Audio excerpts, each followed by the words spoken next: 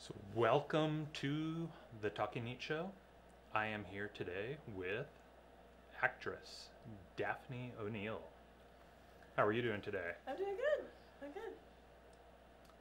Long drive in? I was gonna say it's my first trip to Ontario slash Montclair slash Ontario Chino. slash Montclair, and I noticed these huge vats of beer along the way. I guess there's a Miller refinery. Oh, you came in through the 210. Right. Okay. So that was exciting for me. And then the Claremont colleges, which I've heard about all my life. So Yeah, Harvey So- Mudd and yeah. Claremont McKenna. So I'm just thrilled to be here. That's cool. Are you doing any shoots right now? Any? Well, on Saturday I just shot, a short film called 8 Days a Week. 8 days a week? Right? So it's a time traveling, sort of a time traveling, what would you call it? It's kind of like wherever you go, there you are, and you always have to look out for yourself. Sort of like taken to the 8th degree. So it's a really interesting concept. So is it a sci-fi? No. It's a comedy. It's like almost like a romantic comedy, but it's kind of like this guy comes to understand the worst day of his life. He kind of lives it over and over, seeing himself through different lenses of himself. Okay. And, in the end, he realizes he had the answers all along, so he doesn't really have to worry.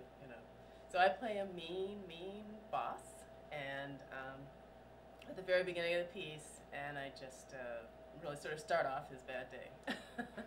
But I'm flamboyant, so that's the upside. Mean but flamboyant. Okay. So is it a stretch for you to be mean? Well,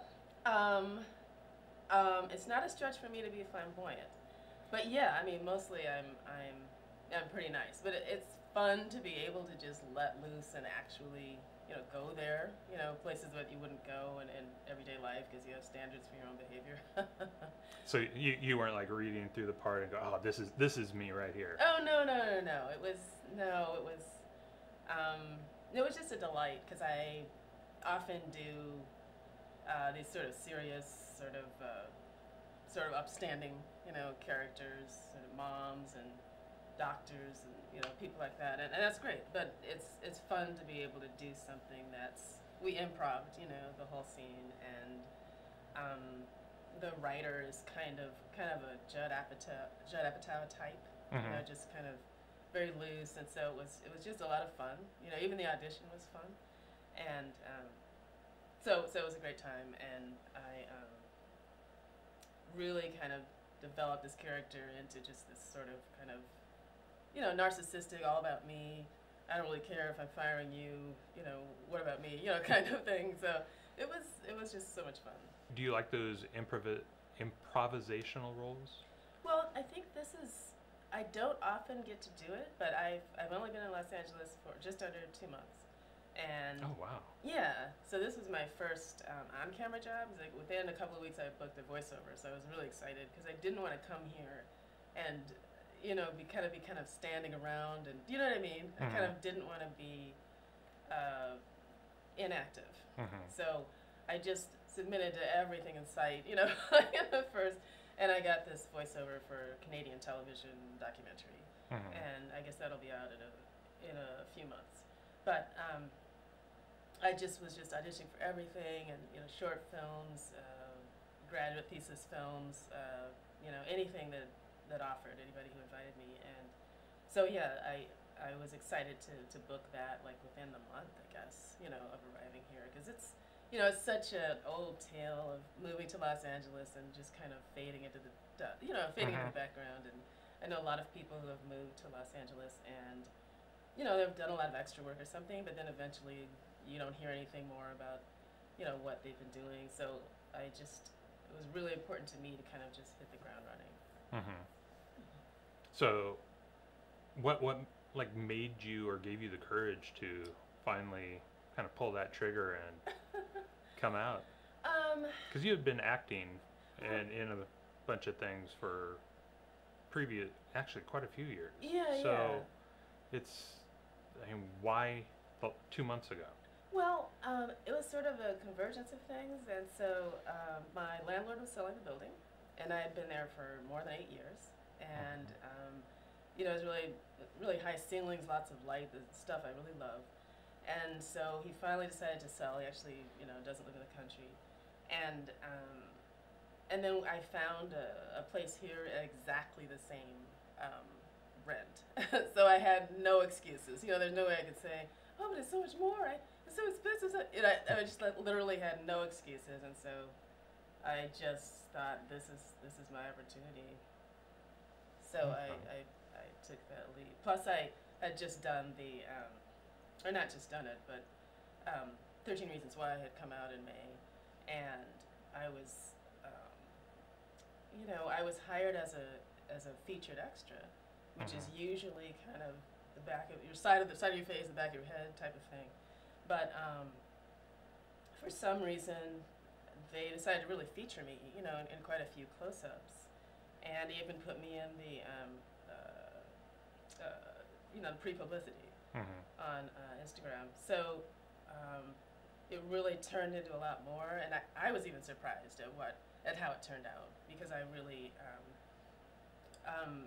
I sort of come from a background of live performance. I started piano at 5 and ballet at 9, and so I've always sort of learned that if you're in the show, you just have to do your part. So even though I felt like the camera was really far away and I knew I was supposed to be an extra, I was like in the background of this courtroom scene, I decided to just play it out and really act and really do the job. And I think that's why it turned out so well, and I think that might be why they decided to feature me, a little bit more, highlight me a little bit more than they were intending to. So I just think it's like a sort of an object lesson to always do your best. Because a lot of times people feel like, oh, I'm in the background, I'll just kind of slouch through this, Yeah. But Put 10% into the role. Yeah, there really is value in always doing your best. So does a role like that open a lot more doors for you? Especially being featured more than. Well, it's interesting because the show is so popular that, and I, again, as a newbie, not really understanding anything, I just came here because in San Francisco I was still doing this minor stuff and just little industrials and nobody seemed to care. But when I got here, I was noticing I wasn't getting called for extra work for television or film, and I was like. Just after a while, I started thinking, this is weird, because one time they were actually looking for people that actually had worked as journalists. And I'm thinking, well, how many actors around here have actually worked as journalists? How would I not get a call for that? So I talked to the owner of Now Casting, actually, and he told me that they don't want you if you're recognizable. Because you don't fade into the background. I guess so. And so, and because the show is so widely viewed, it's so popular.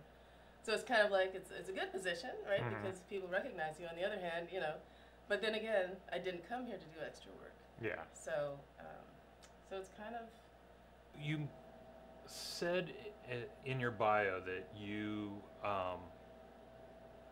liked acting because unlike dance and piano, you have to study for from a very early age. Right. So you don't have to for being on camera? Well, I mean, you can, if you just sort of think through a few famous, or well-known movie people who are actually very good, you kind of see that not all of them have gone to school, right? And I know that there's definitely, a cohort of people who feel like you have to have that training or you're not. They don't even want to work with you. There's many people like that. But, I saw an interview some years ago of a couple of European actresses, and they were actually laughing at the idea of training. Because I think they were thinking of it as more of like an emotional / spiritual type of activity, just something that you draw out of yourself. And they actually felt like training was extraneous. So I guess they're just two schools of thought, and I just happen to never have found like an acting school or a teacher that I really fell in love with or something and felt like I should stick with. I often came across classes where I felt like I wasn't getting a lot out of it. So I just ended up kind of learning from doing in terms of being on camera, and then watching good performances, has really helped me a lot. So like what do you consider good performances? Well, whether it's television or film or excuse me, theater, and I don't go to a lot of theater, but this is going to sound, trite, I guess, but even just watching lots of Law and Order, they're so careful about their casting and finding quality actors, and the original one, right? Yeah, the original Law and Order. Not the elevator unit or Law and Order kelp shows. No. Yeah, Law and Order. I felt like I've learned a lot. I feel like those actors are all like my de facto acting coaches because I just feel like I learned so much from watching that show. So you like the more dramatical? Yeah, I mean, no, I mean, I watched, I'm a Seinfeld fanatic. I can recite some of the scripts from heart, that kind of thing. But never seen Seinfeld. Not a single one. I know. I'm the only person left. But that's okay. I've never seen Star Wars. So there you go. Really? I never have. What are they up to? Single one. 8 movies now? I know nothing. I mean, I know obviously you can't live in the world and know nothing about it, but I've never seen one. Ever. Now, do you have something against sci-fi, No. or you just never got around to it? Well, I mean, I don't have something against. I think, sci-fi is not my first choice, right? Mm-hmm. But I know, but that's such a huge, it's a phenomenon. It's a cultural. It's part of culture. But for some reason, I just never.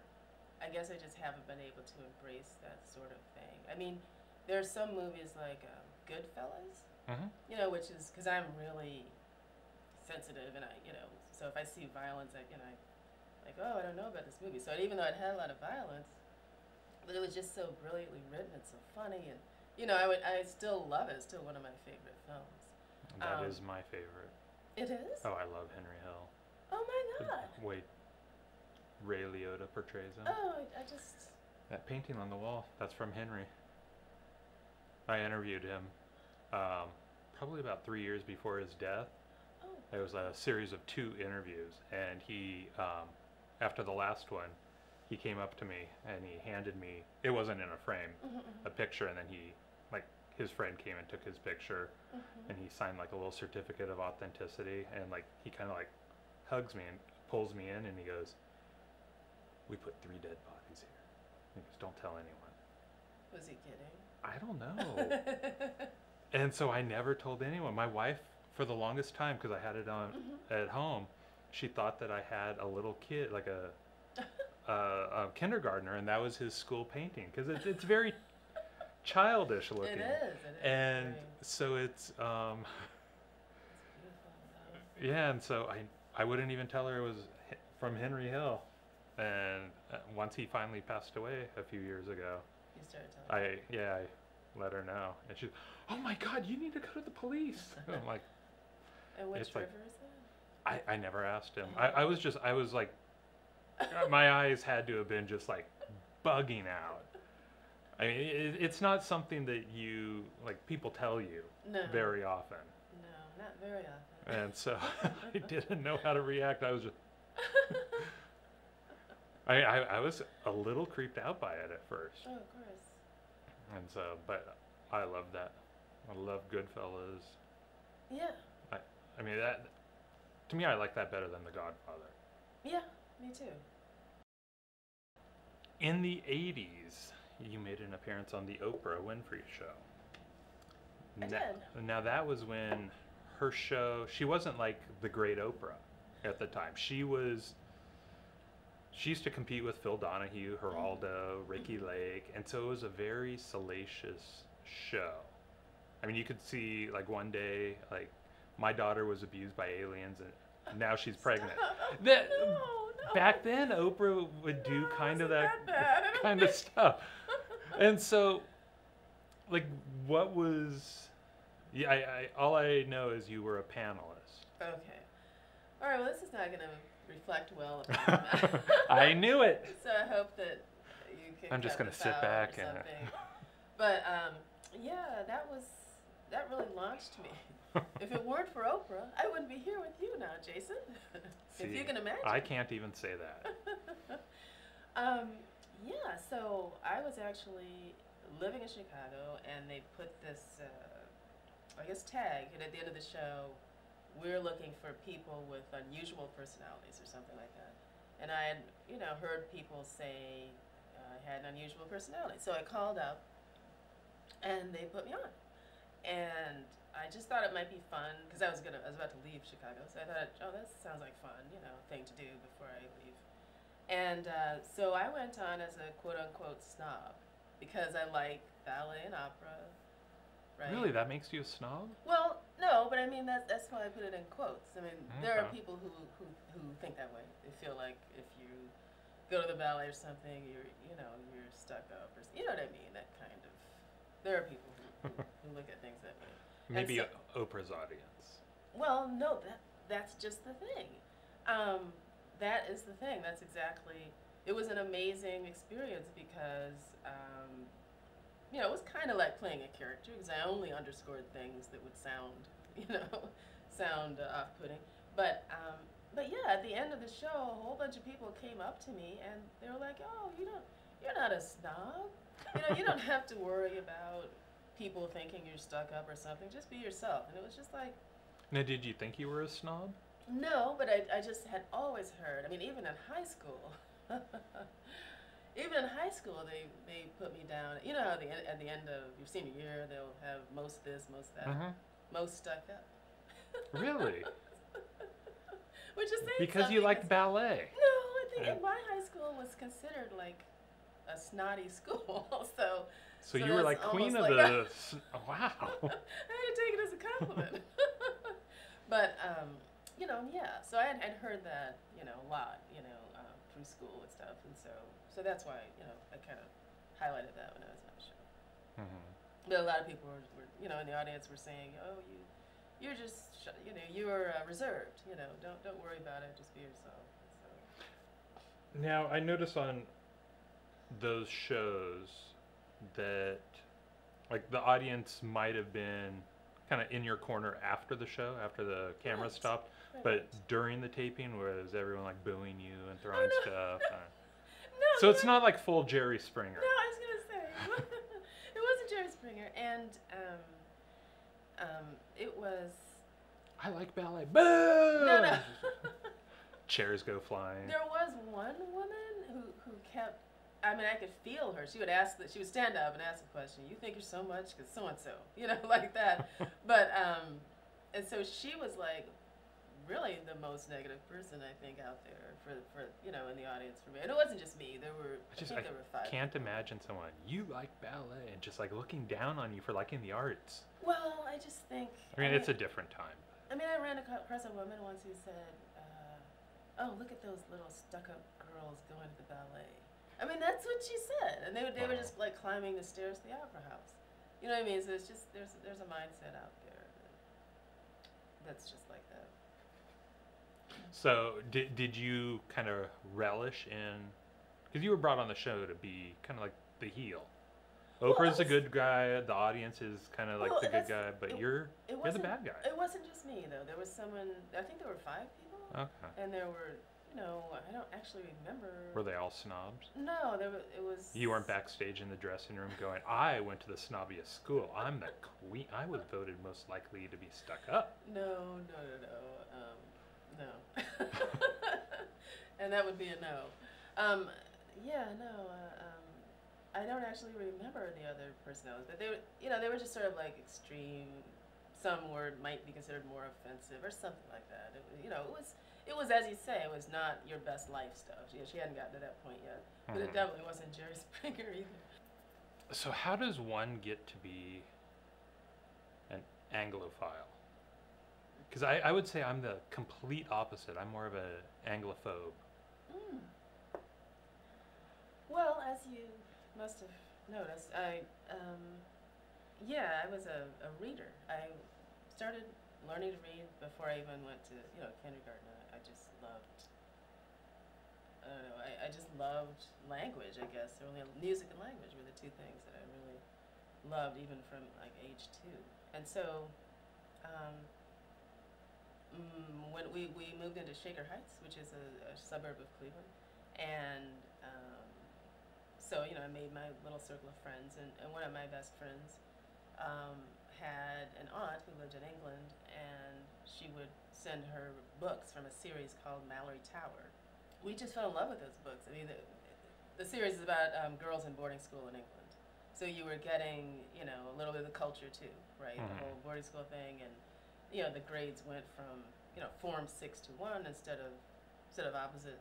I mean, instead of, it was the reverse chronological, and just everything. Words were spelled differently, and just the way the girls expressed themselves. They would say. See, I found it's so annoying seeing the words spelled differently. Canadians too. When they throw a U into everything, annoying. like the word color. Yeah. There's no U in color. Okay. I just found it exciting. I was like, everything's so different. Just I don't know. I think it. Romanticized it, I guess. I think I kind of sort of came to an appreciation of the literature a little bit more on my own, as you're saying, after school. But I don't know. I don't know. And it's like, the Masterpiece Theater, I just can't get enough. I mean, I think it started, a while ago, and the first thing I watched was about Lily Langtry, who was basically, she was an actress, let's just put it that way. And, but I read about it at school, and I was like, oh, I'm going to watch that when I go home. And I just fell in love with the whole, and I watched it again recently, and I was like, wow, it's so, it's not exactly technically brilliant or anything, but I felt the characterization, especially of Lily herself, was really strong, and ever since that first Masterpiece Theater, I've just been, an addict. So what do you have coming up? Let's see. Besides your dance audition tomorrow. Well, I did a bunch of auditions yesterday. Right now I think I'm kind of, how people, you have to assess. You have to take a step back, and so having been here a couple of months, kind of having some great things, happen in those first 2 months, and now I'm taking a step back and trying to assess what I need to do to move forward in the new year, and in terms of additional representation, and in terms of maximizing opportunity, because it does seem like it's very much a numbers game. I know that, and also it takes longer to hear back from people. So you can, in other words, in San Francisco, you might submit for something, and you probably hear back in the next few days. And here, it just seems like it just takes longer. So while you're thinking nothing's happening, eventually you get a whole bunch of calls on the same day or something. So, so it's I don't know, I think it's exciting. I feel really, it's such a great feeling to be in Los Angeles, and also, so many things I've heard about Los Angeles through the years, and I just feel like none of it is true, Like, what have you heard? Well, like saying, I know it's cutthroat, there's cutthroat people in every industry, across the country, but, just, I don't know, just like, oh, people are shallow, and people are this, and, there's no culture, and so on, and, there's a museum on every corner here, there's some gorgeous parks that I'm now discovering, and I've met some of the, especially when I first arrived, I didn't even know, what street names, and I've met so many people, that really were just so helpful, and for no reason, just sort of came out of nowhere and said, do you need help, and those tourists are giving us a bad name. So it really has been like City of Angels for me, and I feel like, that Riverside Drive, or maybe you don't know because you live out here. That's in Burbank? It's kind of, it runs between Los Angeles and, well, as much as I know of it, from Los Angeles, it runs into Burbank. And Toluca Lake. I used to live off Riverside Drive. Oh, okay, and, there's a zoo there. I don't know. There's the LA Zoo? about it that, there's something about it that reminds me of an East Coast city. I mean, and that's nothing that you're ever going to hear. Everyone just says, oh, there's sunshine, and people are spaced out. You know what I mean? So it's, I don't know, I'm just finding a lot of interesting things to love about the place that I'd never heard about. What are some of the good restaurants you've been to? I haven't even really had time to investigate. Really? No, not at all. No. Okay. Do you have any final departing words? Let's see. No, I don't think so. I didn't realize when I, said I would do this that you had such an extensive background in terms of music journalism. So I feel very honored to be It's my here. life. It sounds like it. What's next for you? Got a band coming in tomorrow. Mm-hmm. And so just keep doing the show, drinking whiskey, and hopefully getting more subscribers. Yeah. That seems to be the hard thing to do. And hopefully finding the perfect bottle of whiskey. Actually, that reminds me. So we started an infinite bottle. So everyone who comes in has to pour half an ounce in. Oh. And so what a infinite bottle is, no, you don't have to drink it. Whiskey drinkers, when they get to kind of like the end of the bottle, there's not enough left to pour in, so they'll just pour it into another bottle. Because with most whiskeys, you can just keep mixing and mixing. Right.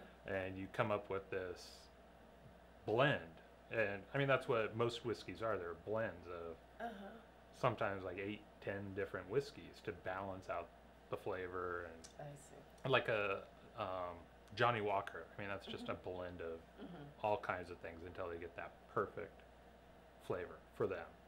And so we started an infinite bottle, and once we get up to the top, we'll hopefully, if it works out and tastes good, start drinking it. Interesting. So your job is,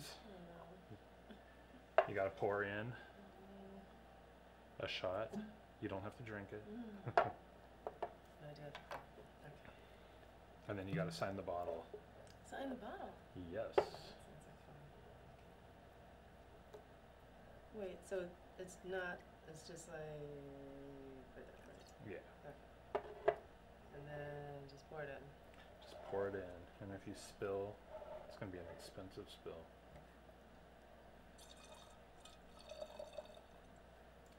Perfect. Oh, and then you have to It smells good. sign your life away. On the bottle? Yes. My actual name? Or an alias. Okay. You use your actual name for acting? I do, yes. I thought about an alias, and then people talked me out of it. They were like, oh no. I have never known a single person in Hollywood who has used their real name. Really? Every friend I have who, even the ones who are extras, What? they use different names. Oh, so why is that? They just want to sound. I think with most of my friends, they think when they get their first like extra gig, they think they've made it, and so they immediately change their name to something like all fancy and Hollywood sounding, and they've never gone anywhere. But I've known people for like 5-6 years, and then I find out that the name I know them by isn't their real name. And it's so bizarre. That is bizarre. Well, that just proves that I'm not from here. Yeah, and I mean, I've got friends like I'll meet their parents like way down the line, and they have different last names. I'm like, okay, I get it. I know what's going on. But Wow, yeah, that's amazing. Yeah, I'm shocked. You have. No, I thought Daphne Muse. I thought that would work for the writing, and I was like, I'm gonna try that. But people talked me out of it. They were like, oh no, you need to stick with. I just assumed you already did, so you've got a good name. Oh yeah, no, that's it. Not a bad sounding name, so. Oh, thank you. And I hope this bottle will not be used in the harm of any animals. Never. We love animals. Okay.